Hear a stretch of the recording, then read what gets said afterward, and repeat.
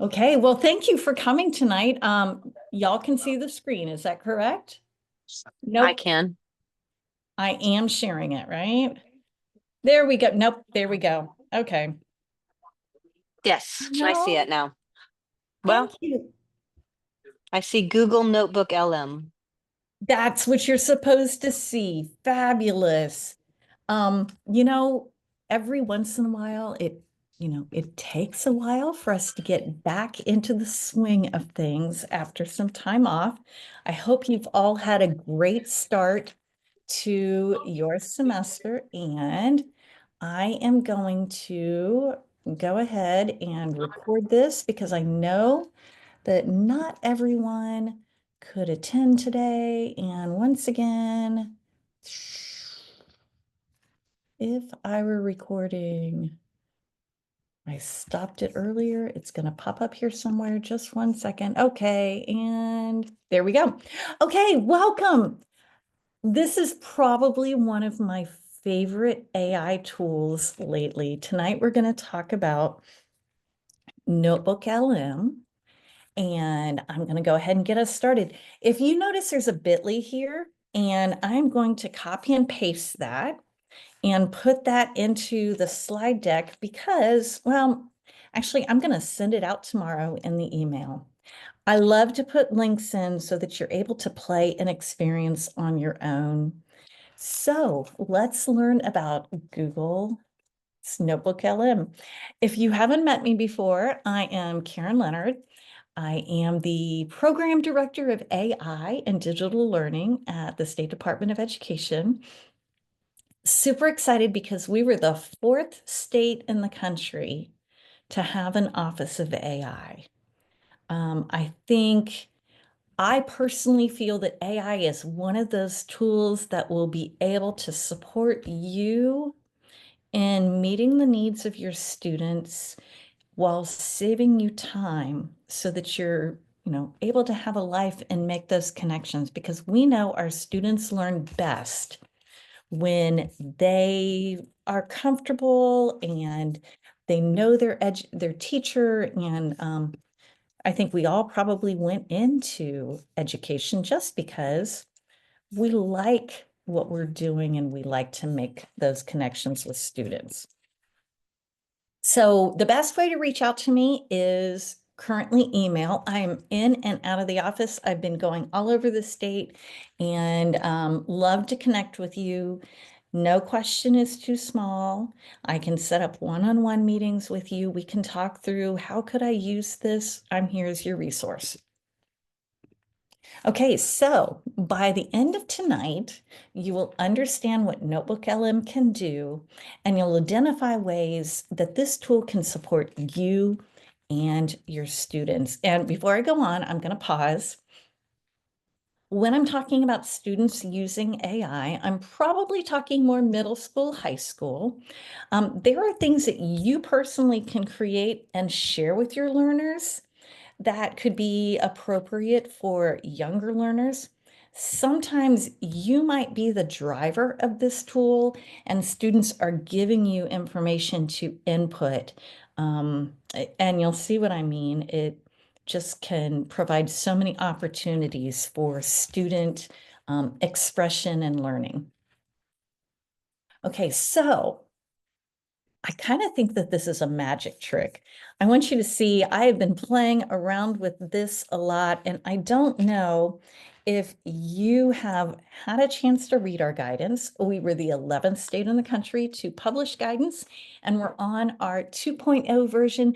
But I want you to notice that I uploaded a PDF of our guidance, and it created this infographic for me. Every time it will never create the same infographic twice. But think, how many times do you want to share information with parents? Or you have a process with students in your classroom? It can take any information that you share with it and provide outputs in so many different ways. And I'm just enthralled with this. I think that this is absolutely amazing. And it was a pretty comprehensive summary of what's actually in our guidance. So what is NotebookLM? NotebookLM is grounded in, it's grounded AI. It only knows the information you share with it. And I think that that's pretty important. If you happen to be a Google school, through the Google Education umbrella, they have said that this tool is appropriate for any learner because of the, it's not going out on the internet and finding information unless you want it to. I could preload a notebook with information for students and they wouldn't go anywhere else. So if you're considering using this with your students, I highly recommend that you talk with your IT director or your team and see what the policy is at your school. So it only knows what you uploaded. It won't hallucinate because it's not pulling information from the entire internet. I love the fact that citations are always provided. And again, it's private. So within that enterprise EDU workspace, um, anything that you put in there is not being used to train an AI tool. And so if I'm going to use ChatGPT or Google Gemini as an adult, anything that I put into that tool can be used to train that AI tool, unless you can go into the settings and you can uncheck that. But any of these Google products under the educational enterprise is, they've said that, they will not use student information to train their tools. With that in mind, we always need to consider we never want to use personally identifiable information anyway, because, we never want to take the risk of using student real names or any identifying information for our students. Okay, so before I go in and provide a live demo, I kind of want to show you the layout of Google Notebook LM. And what I've loved is it seems like every 3 or 4 months, they're adding new elements to it. And each one just seems to be very exciting to me. So I have 3 different windows or components of Notebook LM. I can add sources, and you'll see that when I actually demonstrate this, I can ask it to search the internet for sources. I can upload PDFs. I can upload websites. I can pull information from my Google Drive. It's very, very user-friendly. I can even copy and paste information in that I want it to use. You can upload Google Slides. So if you're trying to help students prepare for an assessment, it's great. It will then list all of the sources here. On this image, I only used one source. I used our Oklahoma academic guidance for AI. And the next thing you'll see is in the chat, it provides a succinct summary of what's in that document. If you have multiple documents, it will compile all of that information and create a multi-sourced summary. And I think that that's really good for us to teach our students. We can look at one, we can look at many, see how do they align. Also, I can give it a thumbs up or thumbs down. I can copy this, and I'm able to interact with that summary and ask it questions, and it will respond to those questions solely based on the information that I have in my notebook. Okay. And then I have my studio over here. And when this first came out, it only had an audio overview, and I'm thinking like maybe a mind map and reports. This summer, it came out with a video overview. Now it has the ability to create a slide deck and an infographic.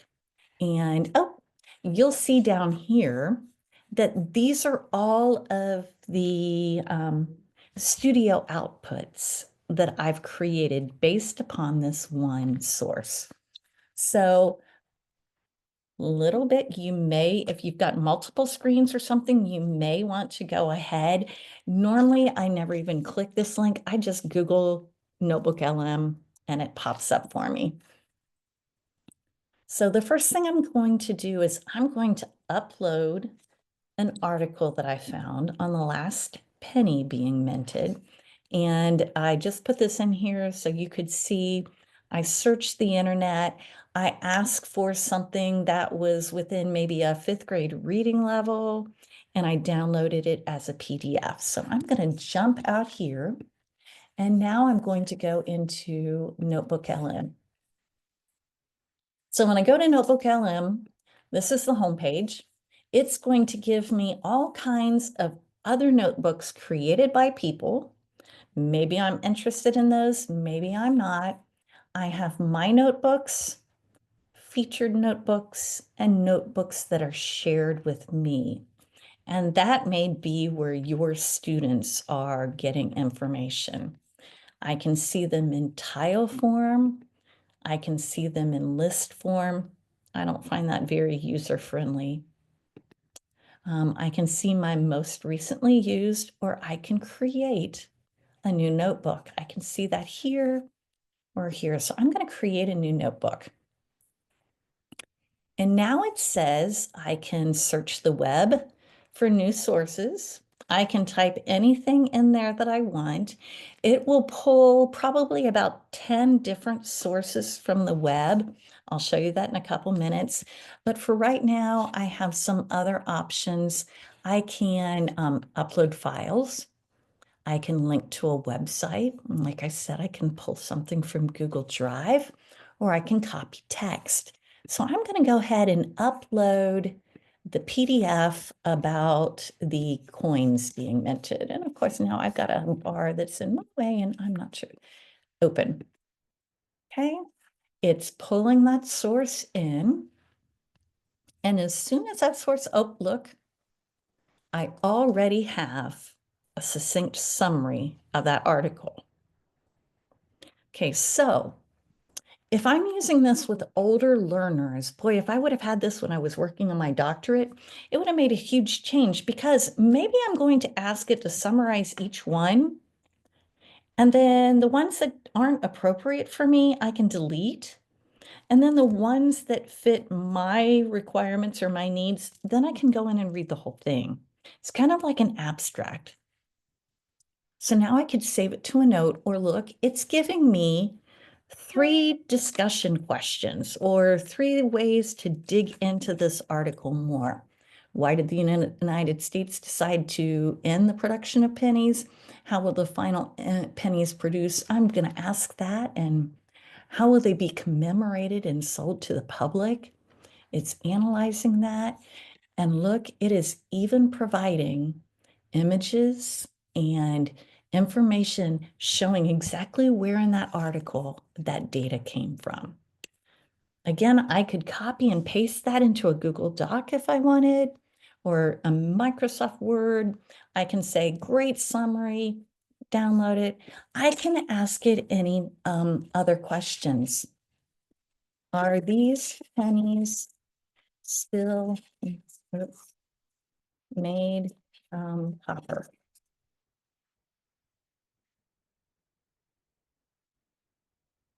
And it's looking. I like that you can see what it's thinking too. So it's saying, hey, it doesn't really state that in that article. But Here's the fun part. Over here, I can create a podcast over this article. I can create a video overview, a mind map, a report. Maybe I want it to be a blog post, flashcards, a quiz, an infographic, a slide deck. I'm going to go back and show you one that I've already done. And I was looking at, I think, AI curriculum earlier today. So I was trying to find what curriculum is available to help students learn about AI and AI literacy. And it pulled in 3 different sources for me. And again, I can select them and I can have it summarize just one, or I can have it summarize all. Here is a pretty succinct summary of all 3 of those. Again, I can ask it questions from these, or I can create my own, but because it takes a few minutes, we'll go back and see what it creates about the penny. The first one is, come on, you're going to do it. There we go. Here is a video overview of that information. You know, artificial intelligence isn't some far off sci fi concept anymore, right? It's here. It's reshaping, well, everything our jobs, our society, our daily lives, and it's happening so fast. The real question, the one that really matters, isn't if this is going to impact our kids, it's how in the world do we get them ready for it? So let's get into it. It's a simple question on the screen, but man, the answer is anything. Is that not amazing? Unfortunately, I do not, maybe you can download it. I am not sure if you're able to go in and edit it. I think that if you were to go in and you didn't like the first output, maybe you could ask it to regenerate it and see if it provides a slightly different version. So we saw the video overview. I'm going back to the studio. Here I have a slide deck created. Would I use this? Maybe not. But again, maybe it's useful if you are putting maybe some of your textbook information in. I'm going back to the studio, and now we have Welcome to the deep dive.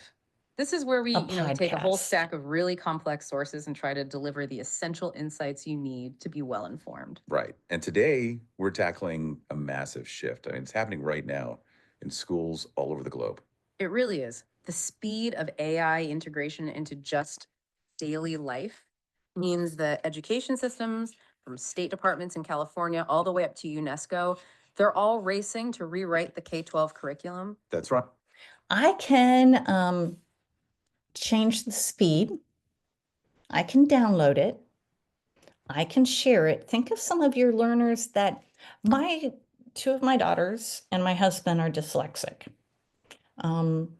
Although we know that they still need to read, sometimes after they've read something, it's very good for them to hear it in an auditory way. So this is something you could share this. The great thing is a lot of this exports directly into Google Classroom, or you could share it if you've got Canvas. So lots of different options. And if you notice, the podcast has an interactive feature. So as someone is listening to the podcast, Welcome to the deep dive. This is where we take a whole Whoa, did someone just break the fourth wall? Let's hear it. I am able to ask a question about this podcast and it will respond. Won't you? Will you respond to my questions?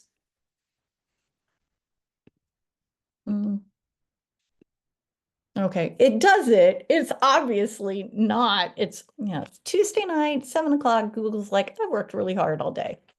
But it's pretty interesting to see what that can do. I am going, okay, it was asking me to use my audio. I'm going back to the studio. And here's a blog post, again, based on 3 sources. Conclusion. You can say good report, bad report.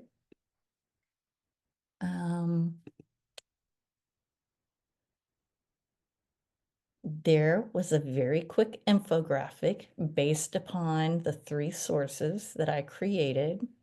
Again, one negative is you can't edit the infographic, but we were kind of playing around with this at work today, and if I don't like this one, I can ask it to create a new one.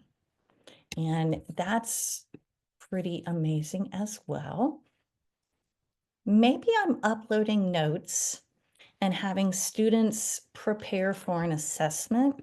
I could share a quiz based upon that content, self-grading. I can create flashcards. I used to use Quizlet all the time, and students can go through, see the answer. And if you notice, it says there are 71 flashcards based upon those 3 articles.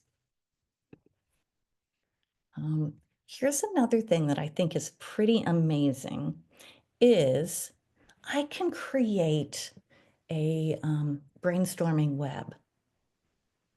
So let's think for some of those learners, sometimes it's challenging to teach students how to format writing.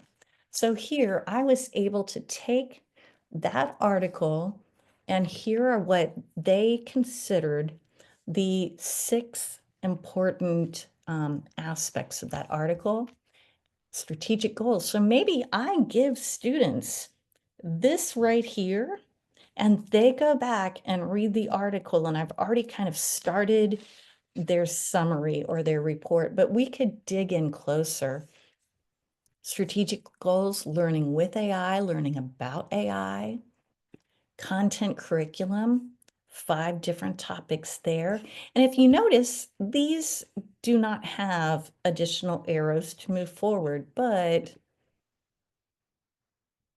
we can dig way down into that article. And maybe that's something that when you're reading this article, I would like you to focus on what are some of the 3 aspects about learning with AI. And I'm going to go back. And last but not least is a video overview. Today, we are diving into one of the biggest challenges facing education right now: how to get an entire generation of kids ready for a world that's going to be run by artificial intelligence. And believe me, this is a race that's happening as we speak in classrooms all over the world. And the stakes? They're incredibly high. Let's just start with this number: 1.1 billion. The World Economic Forum says that's how many jobs are going to be completely transformed by tech in just the next 10 years. That's not a small adjustment, you know? That's a full-on seismic shift. How do we prepare our students for that? They're going to need, whether we like AI or don't like AI, you know, there's so many things that we need to do to prepare our students to function in a world that has AI integrated in it. And that includes teaching students how to use it appropriately and ethically.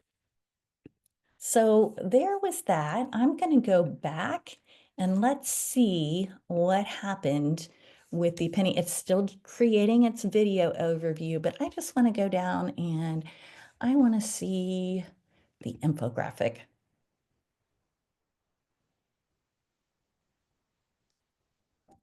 How cool. Oops, sorry about that. I think maybe if students see an infographic, then maybe they learn to create their own. And I just think, there we go. And now I have lost my, nope, come on. come on, computer, there we go. And we want, there we go. Think of maybe some of our parents. As we're going through different processes, this might be a good, maybe a back to school. Here are some things that you need to know. Or what if you created student discipline or classroom expectations? So again, all of that, annotate off, all of that was created within minutes. So let's go back and I'm going to create another new notebook. And let's say I am talking about the water cycle at what grade level teaches water cycle? Do we know? I'm not a science person. 5th, okay. Grade level. Okay, so it's searching websites.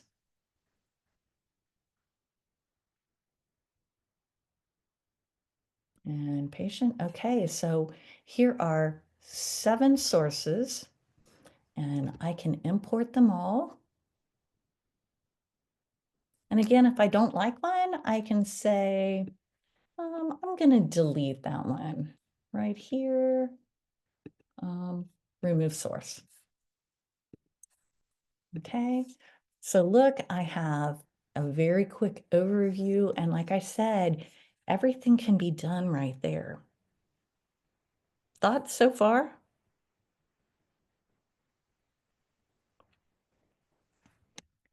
Okay, let's go back a little bit. And you're thinking, Karen, what in the world can I do to use this with or for my students? So I'm going to go back into my slideshow mode.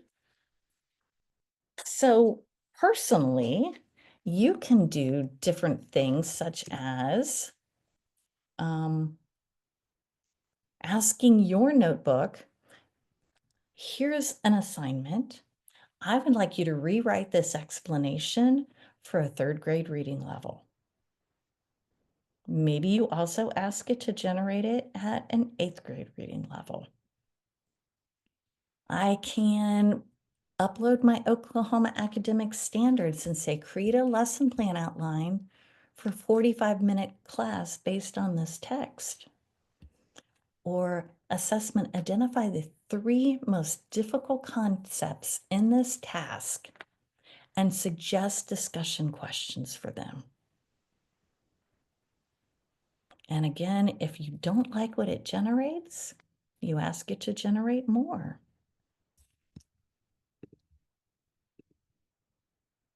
We've already kind of talked about the audio overview and the fact that you can share those podcasts. The great thing is, like I said, maybe students with accommodations may want to be able to hear that.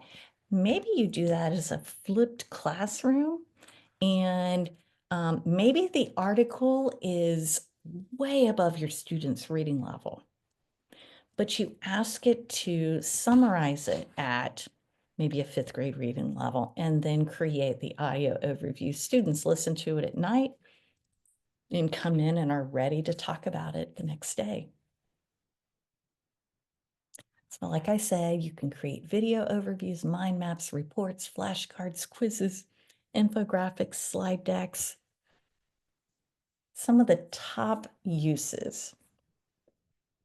You can use this to instantly rewrite complex text into simpler language or bullet points to better support maybe some of your IEP or 405 learners.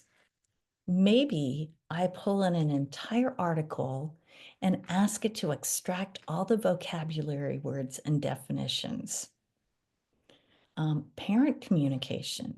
Maybe you upload your school policy and say, ask it now to write a friendly letter to your parents explaining 3 key takeaways. And I'm going to pause right now and say, whenever we use AI, we always think that AI is a tool. We tell the tool what to do, it generates an output. And if we just take that output and run with it, that's not really ethical use of AI. There still needs to be that human component. So, in terms of that, creating a friendly email, I can copy and paste it and then I can personalize it and make it my own. Maybe students, older students, can upload their own notes and quiz me on what I might be missing. Of course, whenever we're using AI, we always have to think of some of the limitations and the best practices of using it. We never, ever, ever, ever want to upload any identifiable information for our students. So okay, this is a really great idea. I've heard one ELA teacher upload a student writing and ask it to turn that student writing into a podcast. How many times do we talk about student writing and having an audience for someone to hear? Those students were so excited to hear someone have a discussion about their writing and really talk about it. But if we do that, we do have to ensure that student names are removed before we're uploading that document. And again, within this platform, within the education realm, it's not using that data to train itself on. We always check if it asks for citations or if it's providing citations.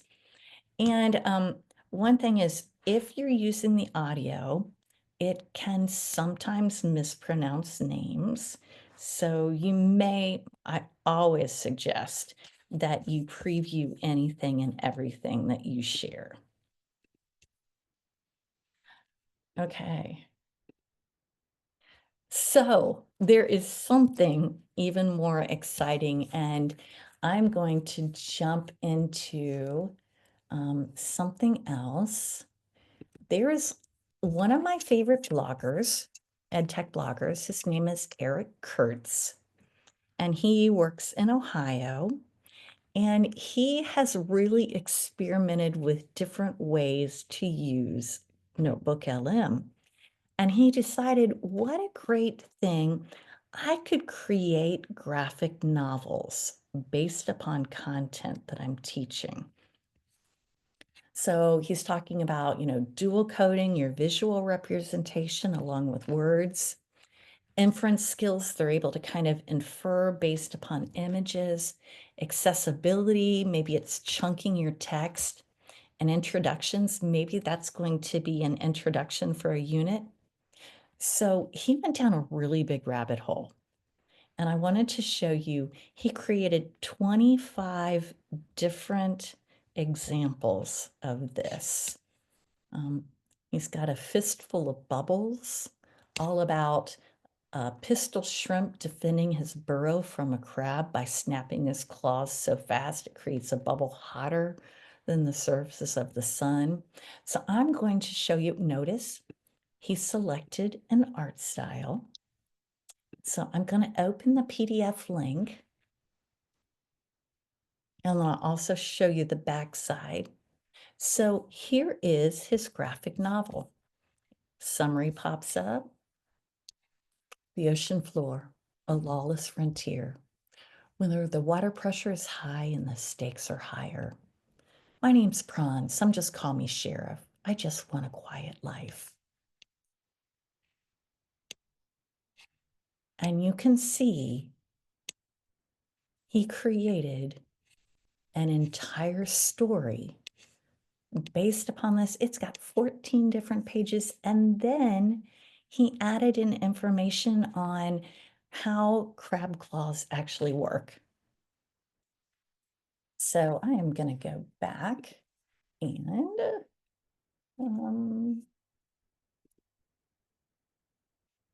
one about the national parks. He has, if you notice, everyone has been a different style.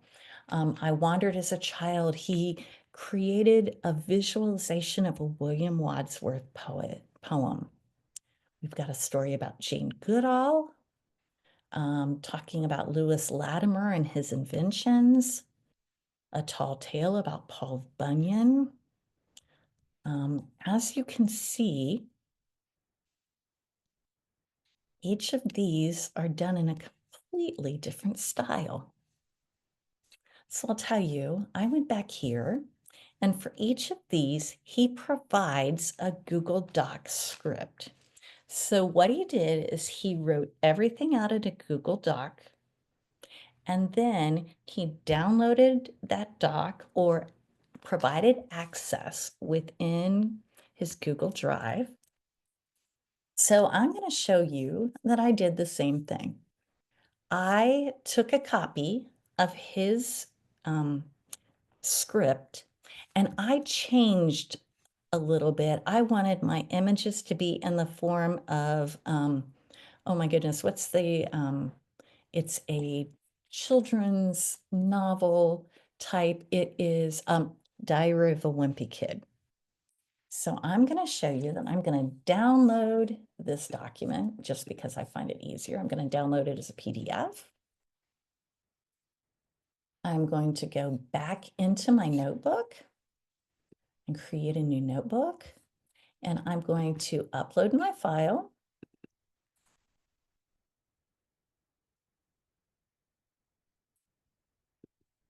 Turn this into a graphic novel. And here we go. Now this takes a little bit of time while it's generating. I'll show you what I did last night. Same basic topic. I can go away. It's still gonna script. Here was one I did yesterday. And oh, no, that's the one from today.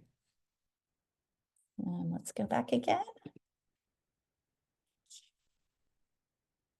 Here's the one from yesterday.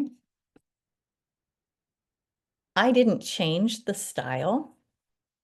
Some of the images are kind of similar. I have created, or all of the script, all of the text in this novel has been created. It's just providing an outlet for someone like me who has absolutely no creative ability at all in terms of drawing to create something that looks professional. I'm going to go back and see if it is going, and it's still, it does take a while to create that many images. I'm also going to show you that my husband works at the zoo, and he was trying to talk to some of the elephant or the hoofstock people and talking about water resources. I loved this. I just asked it for information on water resources, and here was my infographic. We've got a sustainable elephant closed loop system. Couldn't we have something like that and have students research the information? And let's see, I'm going to go back here. Let's see if ours is coming. One source, it's going to take a little bit of time. Do you see how this could be impactful to your learners? If I were an elementary teacher, maybe I would give my students, actually, let me go back one more time. What I love, again, we can see all of these. We could show these to students. You can download the script and edit it. Maybe your students are giving you the dialogue of what should be in there.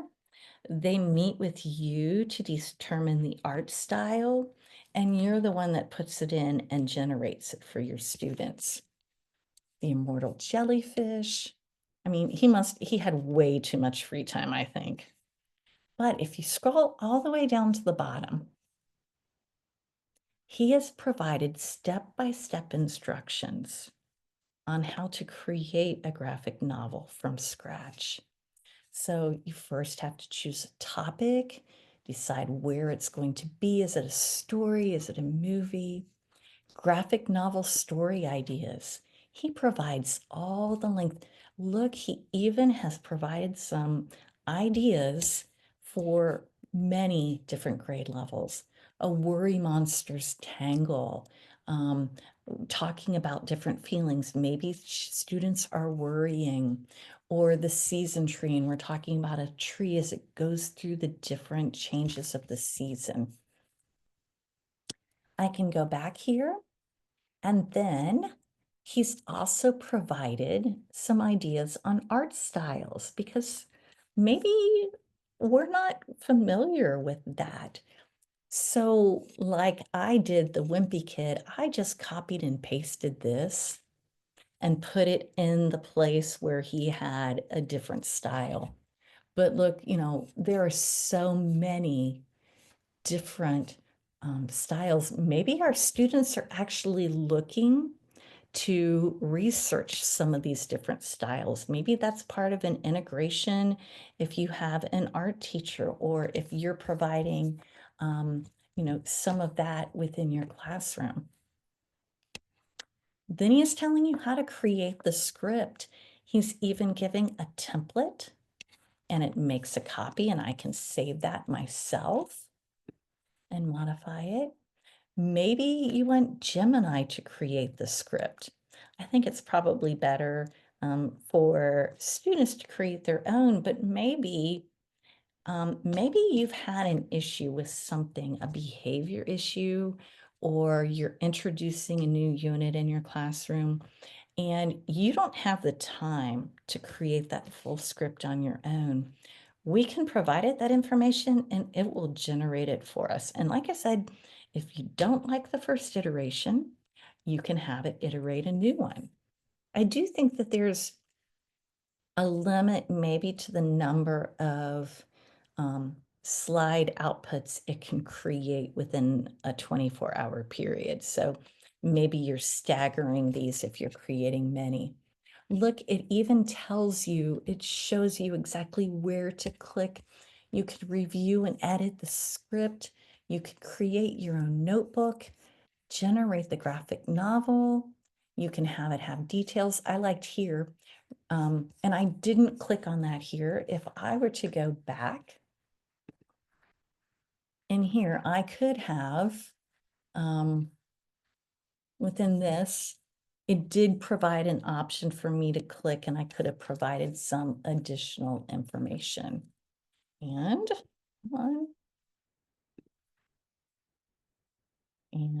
you can then have it sync with Google Drive, or you can download it. Can you imagine maybe students writing their own biographies and being able to generate the graphics that match? There are some limitations. It only generates landscape. It does sometimes have some consistency issues with styles. But I found out about this last week. And, you know, I was super excited about the potential of NotebookLM. And when I saw his information, it just took me to an entirely other level. And you know what? What did I say? Why is it not? Turn this into a graphic novel. I did this earlier with another one. And what was the difference with that? So this was yesterday's. My command was, it did have different panels. I'm trying to think, you know, it's one of those again that's so new that, oh, I've got my chat history. I can go in here and create, do I want it to create information as a learning guide? Do I want responses? So there's lots of different things that I can do. And I would have been able to put all of my information right there. And like I said, he has given us some great click, click, click here guidance for that. And I know that I have, can this be translated for English learners? Well, you know what? Let's go up here and look. There is an output language, and look at that. Our students can create within their own language. Maybe then we upload it to an AI tool and ask it to translate that into English for us. Any other questions you can think of?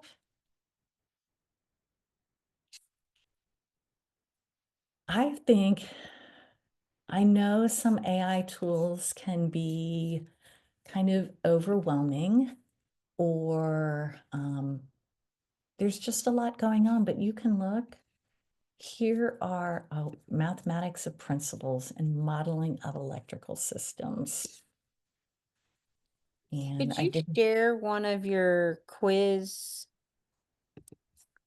that's created? I'd like to see what it looks like on, like if I were to give it to a student, like what does it look like on their end? Absolutely. So let's look, and oh, here it is, a penny quiz. And it looks like I would have to share the notebook. I like the fact that it gives us a hint. Tell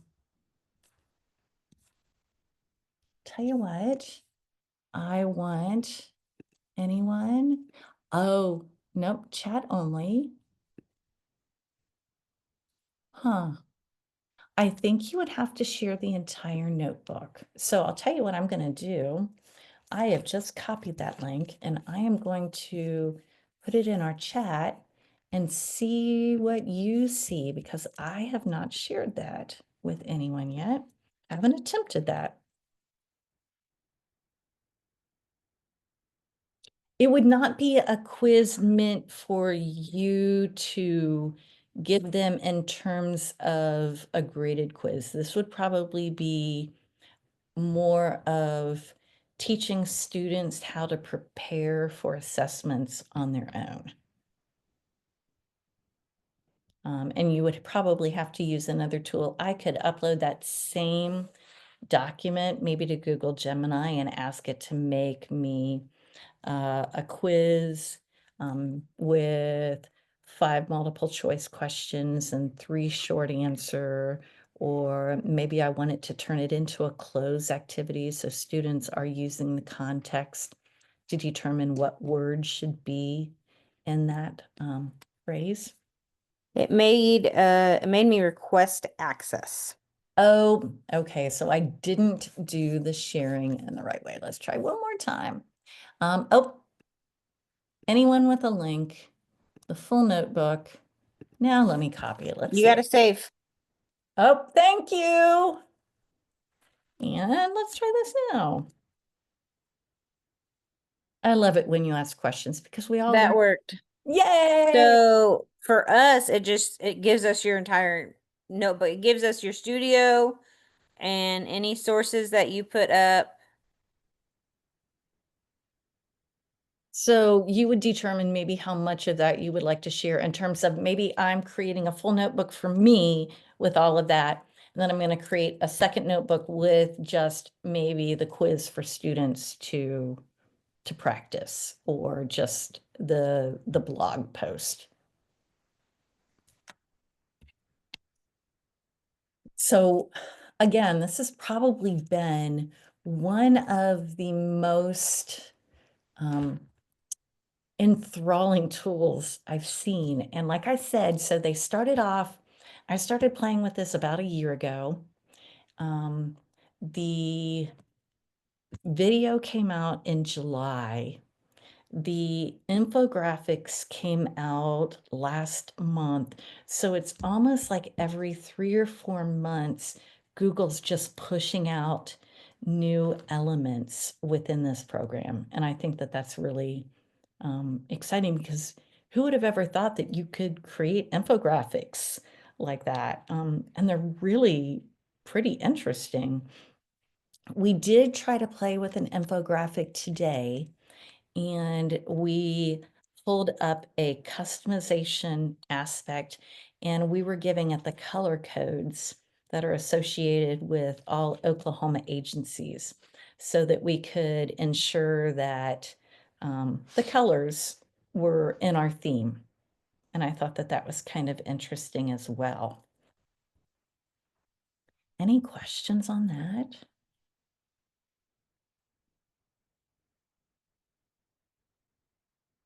Okay, well, we're almost done. Um, as always, you can reach out to me. Like I said, tomorrow I will email you. It will have a link to this video. It will have a link to the slide deck. It will have a link to Eric Kurtz's blog. Anything and everything that can just help you to just take it and run with it. But we have 2 additional webinars scheduled for this semester. Hopefully there'll be more. In February, I'm going to talk about Google Gems. And Google Gems is another one of those tools under the umbrella. And what you can do is you can create your own chatbot. Students can create their own chatbot. So now we're talking about how can we take work maybe done by the student and find innovative ways to share that information. So I think that this shows that this is not cheating when students are doing this. They're creating, they're designing, they're being innovative. And I think when people challenge the use of AI, this is a great tool, and Google Gems is a great tool.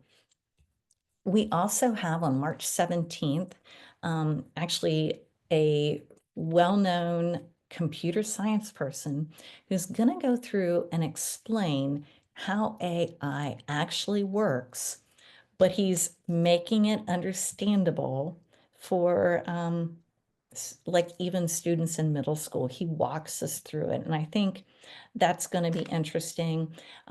As always, you can register for these. I will make sure that not only are these links in the slide deck, but they'll be in your email. Love to have you. And if you're unable to attend, I will send a separate email out that just has the video. I'm also super excited. I am going to do my first virtual book study, and it is going to start next Thursday. The book is, I'm going to click here, super easy read. It's called AI for Educators. It is practical. Let's see if I can show you. Super practical, super easy to read. We're talking chapters are like 10, 15 pages. And what he's doing is he's talking a little bit about the overview, but then he's really diving in and talking about how we can use AI. It was on sale the other day. Now it's only $12.40 through Amazon. And what we will do for this book study is we're going to meet 4 different days. If you can't make them all, no problem. We're going to read 2 chapters a month, even if you decide you want to participate next week. It's not too late. Like I said, it's a quick read. You can register to participate and you can purchase the book. And I'm super excited with some of the conversations we'll have for that. And there is a video I found that shows just 10 ways to use NotebookLM for teaching and learning. I've also linked to our Office of AI and Digital Learning page. If you have received any newsletters from any of our content area people in the past, we have been asked not to send out newsletters right now to not overwhelm everyone. So in its place, we are creating monthly updates, which really are newsletters, but they're just here on our website. But there's lots of resources here. If your district does not yet have an AI policy, I've got a model policy there. I've got some frequently asked questions that might be good for other teachers and for parents. Virtual trainings, I have all of my past videos there. I also offer office hours on the 3rd Tuesday of each month. It's a come and go if you just want a brainstorming partner. We have asynchronous free courses in OSD Connect, and here's probably one of the things I'm most excited about. I created grade banded family guides, and these are things that could be shared digitally or paper. And what it does is this is something that you could send home with your students to kind of let parents know, what do they need to know about AI with these grade levels? How can I communicate with my child about AI? I have these in, come on, you're not gonna, they are in English, Spanish, and then I also have them, I've translated into lots of other languages. What I've done is I created my content in English. I copied it and pasted it and put it into another tool and said, translate this to Vietnamese. I took that output and put it into 2 other tools and said, translate this back to English to see if any context was lost. So I felt that that was just kind of a good way to involve our parents. Our parents aren't familiar with AI. So I would like to thank you for taking time out of your night. I hope that you learned something. And again, I'm here to support you, and have a great evening.